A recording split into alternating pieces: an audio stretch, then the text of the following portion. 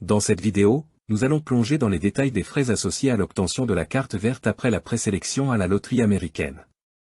Beaucoup de candidats se demandent quelles sont les dépenses impliquées une fois qu'ils sont sélectionnés, et cela peut souvent être un point de préoccupation majeur. Certains pourraient être surpris par l'existence de ces frais, ce qui peut entraîner des difficultés financières pour certains candidats présélectionnés. Mais grâce à cette vidéo détaillée, nous allons clarifier chaque étape du processus et estimer les coûts associés à chacune d'elles.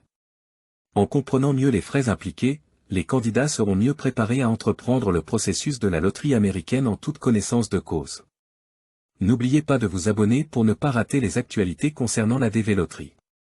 Cliquez sur le bouton j'aime pour permettre à l'algorithme YouTube de recommander la vidéo à d'autres personnes. Sans plus tarder, allons dans le vif du sujet. Quels sont les frais de la Green Card après la sélection du candidat? Certains me diront, donc il y a des frais à payer? C'est la raison pour laquelle beaucoup de personnes présélectionnées n'arrivent pas à continuer la procédure, par faute de moyens financiers.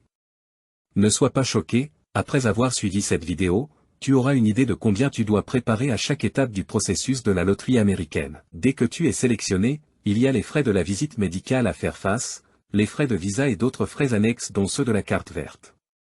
Si tu n'as pas encore été sélectionné pour la Green Card Loterie ou tu ignores comment y participer, voici ce que font les gagnants de la loterie américaine bien avant l'ouverture du jeu. Étape 1. Les frais de la Green Card, la visite médicale.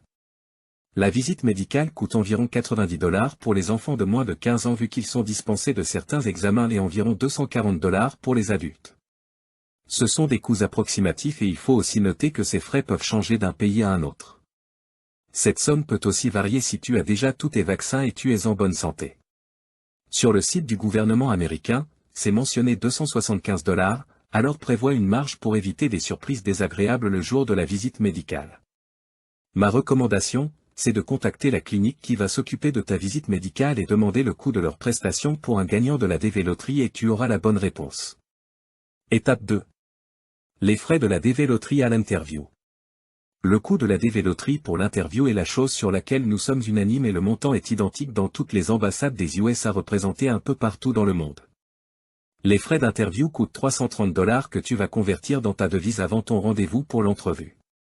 Cette somme est non remboursable et chaque personne qui ira en voyage avec toi devra payer ses frais de visa. Pour la loterie américaine, une famille de 5 personnes s'acquittera de 1650 $, 330 $ x 5. Raison de plus de bien préparer son interview, sinon ce sera de l'argent gaspillé, le temps perdu pour la procédure et une souffrance morale de voir son rêve partir en fumée de paille. Étape 3. Les frais de la Green Card, carte verte.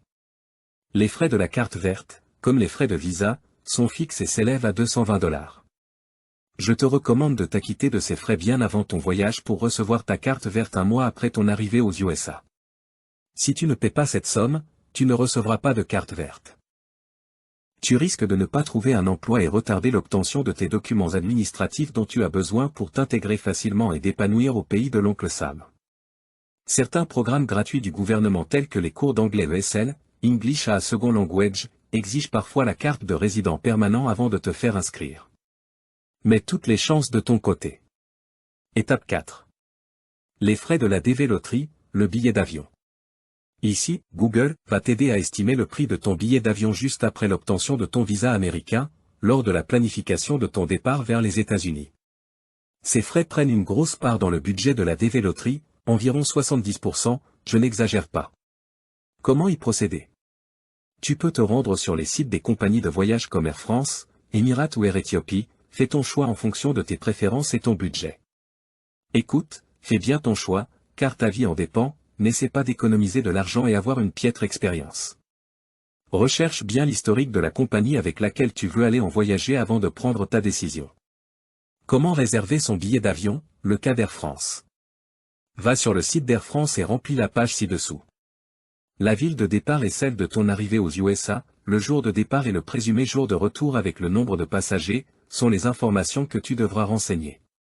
Tu seras tenté de vouloir prendre un billet, aller, mais désolé, tu ne remplis pas les conditions pour le moment. En outre, tu devras justifier ta permanente résidence aux USA, avant de le faire. Et, puis il peut revenir plus cher que le billet, aller-retour.